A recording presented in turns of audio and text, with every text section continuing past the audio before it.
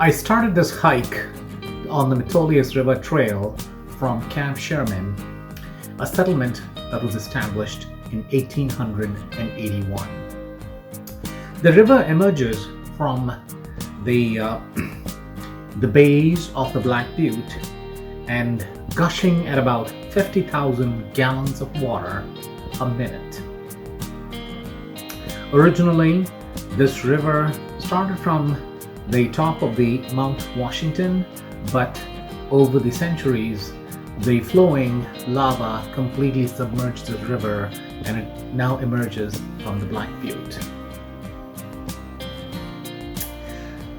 I hiked from Camp Sherman all the way up to the Wizard Falls and then turned around on the west side of the river back to the trailhead, eventually logging about 14.5 miles round trip.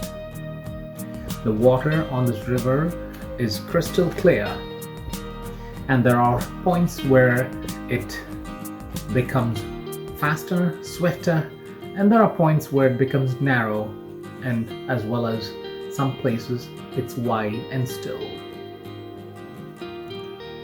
There are several places where there are signposted for fly fishing, and several people were out there trying their luck at fly fishing.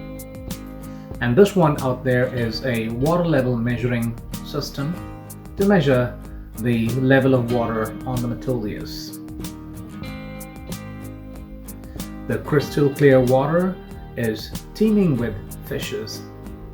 In fact, in the native Indian language, Metolius actually was the name of white fish, and that's how the Metolius River originated.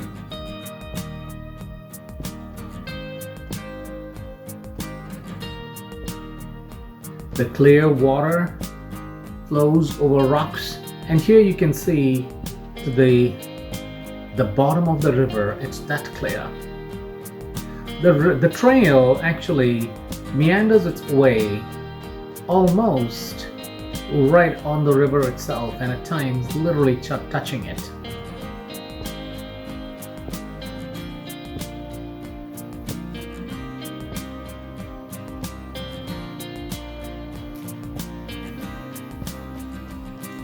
It is late season at this time of the year, and the leaves are significantly falling off the trees as we are into the fall weather.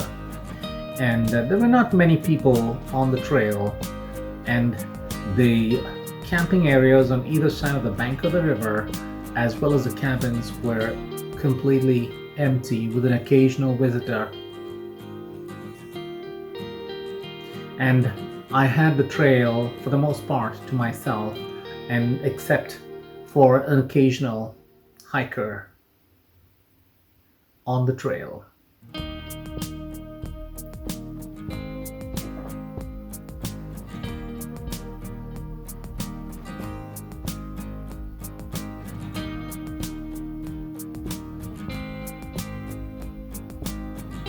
You could spend hours on end at the trail, gazing at the waters and taking an occasional break and staring at the distance. Ponderosa pines are everywhere in Central Oregon. And here the ponderosa pines dot either side of the banks of the river.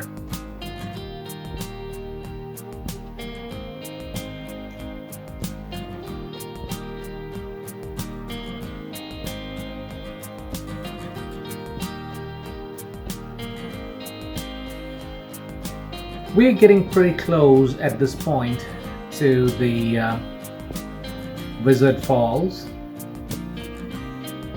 which I had designated as my turnaround point.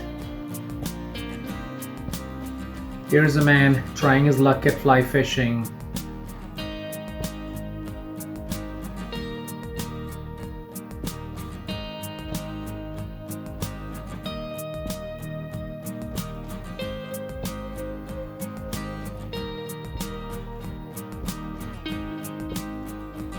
We are just about at the area what's called as the Wizard Falls. This, what you see, is pretty much what's called the Wizard Falls, and it's really not a falls, but I'm not sure how it even got that name.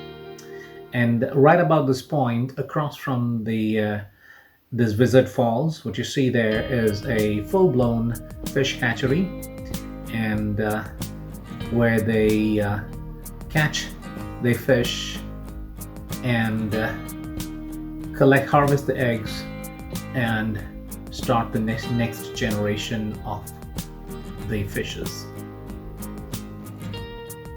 Right there, this is another view taken from the bridge across from the fish hatchery, looking right into what's called as the Wizard Falls. Fall colors were in full, treating your eyes to some beautiful colors. That's the fish hatchery at Wizard Falls.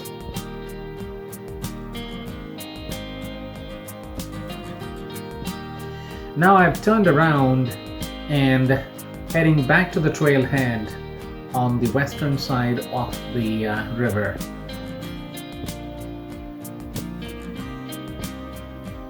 And this was perhaps not the best idea for me, especially because the trail abruptly ends at the Canyon Creek area, and after that you have to bushwhack your way pretty far off from the river.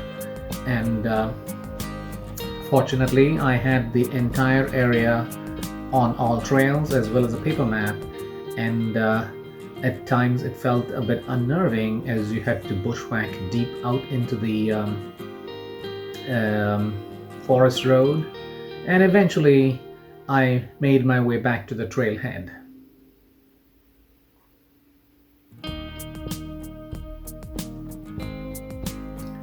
It was fun walking along the banks of the river with the different fall colors, the river, and then the falls was a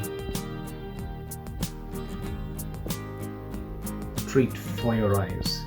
Now this particular falls mysteriously starts flowing from the sides of the hill and flows right into the river.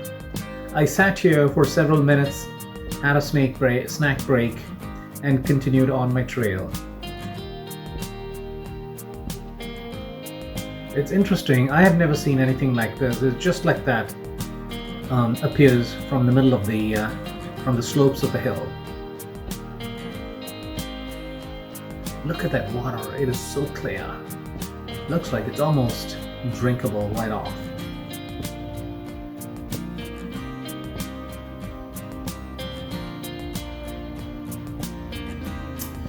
Finally, I'm back at Camp Sherman, that's the country store, and just as I hit the trailhead back again, it started raining profusely and heavily. Thanks for watching.